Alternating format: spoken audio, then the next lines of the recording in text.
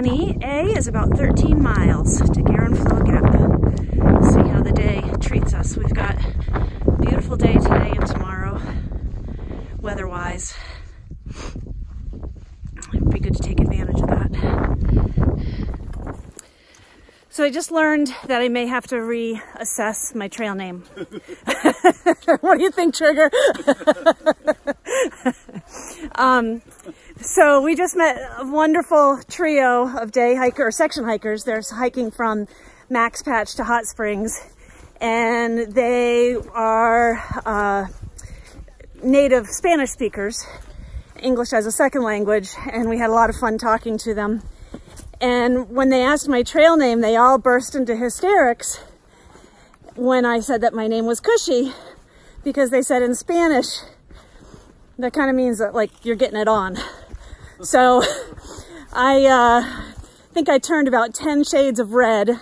I knew that Cushy abbreviated, meant weed. So I've been telling people that's not what it means. Now I'm going to have a whole nother disclaimer for people that are Spanish speaking.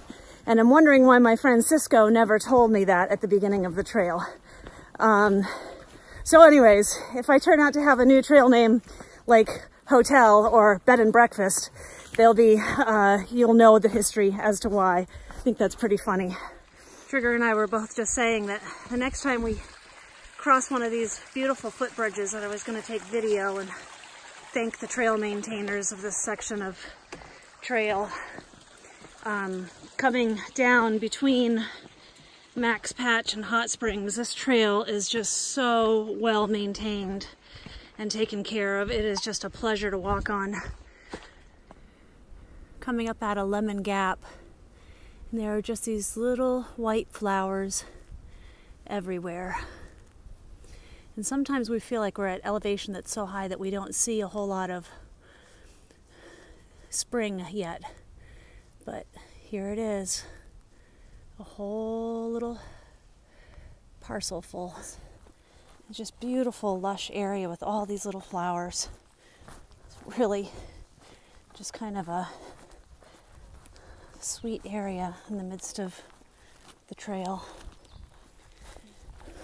All right, we're at about 10 miles for the day, and realized I always hold the camera with my right hand, so I thought I'd give it a shot with my left hand and let you see a different side of me. So it was a big week since we were in Gatlinburg. I had shorter videos because I had more people with me, and just really wanted to focus on the time with my daughter and not necessarily trying to get all that on video, which I know can make other people uncomfortable, and her potentially. So decided to forego a lot of that videotaping for that time. And still got some videos out, but not as much conversational. So as I had mentioned, going into the Smokies, it was kind of my Achilles. It was something that I was very anxious about, and it all turned out fine. We did have that episode with weather, going over Klingman's Dome and coming out and ending up doing our biggest mile to date of 18 miles to get ahead of the weather, and ended up having an extra 0 as a result of it as we waited for my daughter to come. And the shelters were fine. We were able to get in early enough each day that we got shelter space. And the weather was kind of, rainy, and towards the second half of the week that we were there. So I'm glad that we were able to be in the shelters. But it is a tricky situation with the day hikers or the section hikers coming in, and through hikers having to move out after they've already been settled into the shelter. It's just a strange situation. It's nobody's fault. It just is a strange situation. But they turned out better than I thought. We were cold, so we went to bed early those nights. Up at that elevation of 5,000 and 6,000 feet, it just got cold at night. And I think one of the things that surprised me the most is, I had this perception of the Smokies being difficult. And something else completely different happened. When my daughter arrived in Gatlinburg on Saturday, I realized I was really homesick. And I hadn't given that enough credit to that point. As soon as she got there and I saw her, I just burst into tears and gave a good cry. And it was just so good to see my family, to see someone who knows me, knows my weaknesses and my strengths, someone who accepts me for those, and not having to be somebody else for them, or I guess you know what I mean. That's what family is. So, and that feeling of homesickness subsided when we were in the Smokies, and then when we got out and Standing Bear on I-40, and I think the feelings of homesickness came back again as she was getting ready to leave. You know, it was like 3 days where I felt completely fine. And then the last 2 days of her being here, the day that we went to Max Patch and then yesterday in Waynesville, were very emotional for me. And that's not something that I was expecting at all to happen to me. I certainly love my family, but I've gotten so used to having my girls living away from home, because they haven't lived at home for several years, that I really didn't think it would hit me that hard. But that familiarity and that comfort of people I love was pretty amazing. So that was kind of my unexpected episode for the week. Today, with Caroline and my cousin Spinner leaving, I didn't know how I would be, if it would be a hard day or not. And it actually turns out that it's probably been a little bit easier, because I don't have that connection. I have to say, it was really amazing when I was feeling homesick and we were in town, and I messaged some friends and my husband and my other daughter, and just the support and love and kindness of people giving me wonderful feedback. I can't say enough about the goodness of the people in my life. And I guess it is one of those things that makes me realize how fortunate I am to have a family and a community and a group of friends that mean so much to me that I do miss them.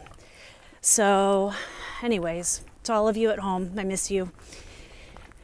Today's a little bit better than I thought it would be, partly because it's 55 degrees and clear, partly because the hiking today is just beautiful. These woods around us are very thinned out, and we're also coming back down into a river valley to the French Broad River, where Hot Springs, North Carolina is.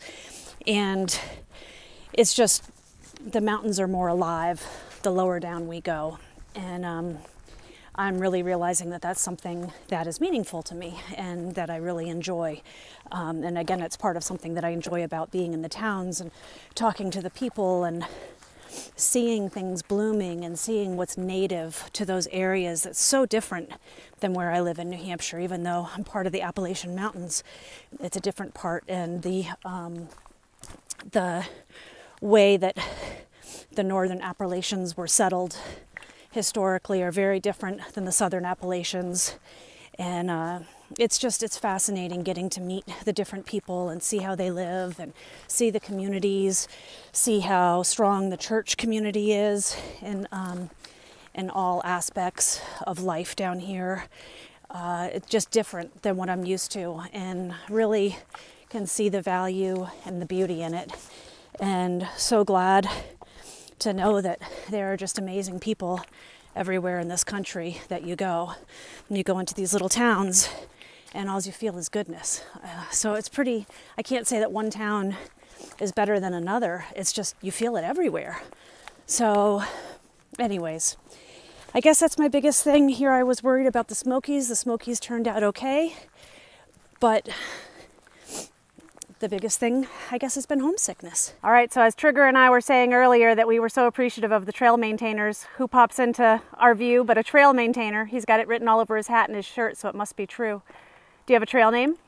Hollywood. Hollywood? How'd you get that name? That's kind of a work name that kind of busted into this work, as I got that traveling all over the states, 44 states. Wow. And I got the name Hollywood because I jingled because all my tools were on my belt.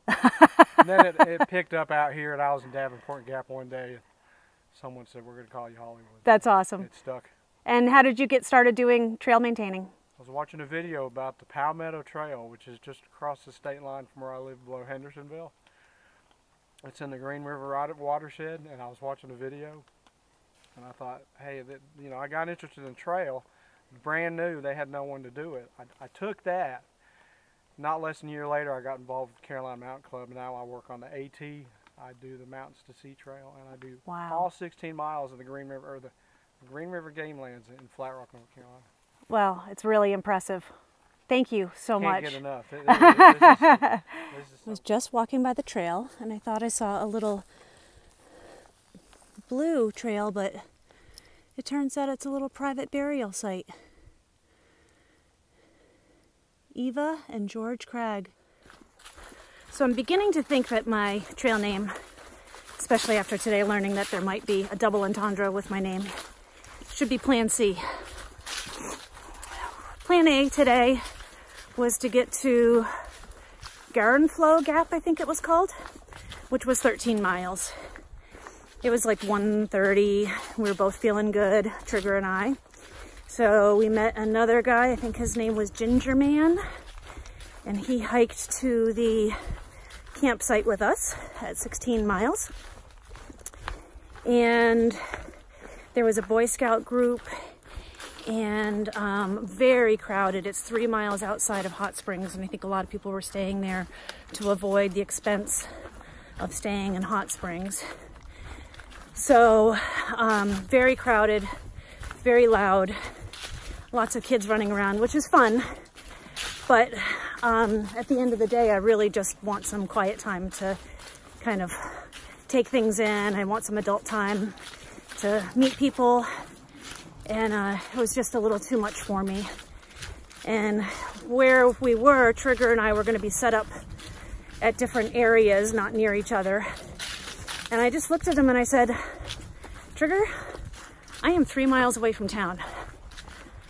I think I'm just gonna head in. It's only 3:30. So here I am walking into Hot Springs, completely unexpected, and Plan C. So I think this is either gonna be a 19 or 20 mile day. I haven't looked at the mileage, but my body's feeling good, and I figured, why not give it a try? So here I go. And I have no idea where I'm gonna stay. I know that a lot of hotels were booked for Saturday night. I don't know if things are booked for Friday night. I haven't been able to get cell phone coverage to give that a whirl yet.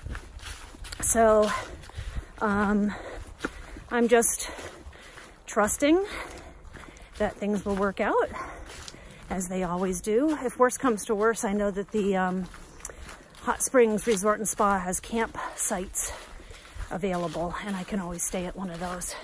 So, and Trigger and I are gonna meet for breakfast tomorrow morning at the diner at 8 a.m.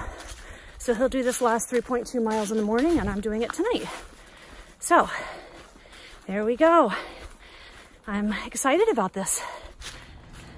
Getting my first glimpses of Hot Springs down below. There's the French Broad River. I'm excited to go see what it has to offer. I was told when in Hot Springs to go to the Smoky Mountain Diner, which I just did for dinner. And I got a BLT, and it was not just any tea. It was a fried green tea, fried green tomato, bacon lettuce. That was really good.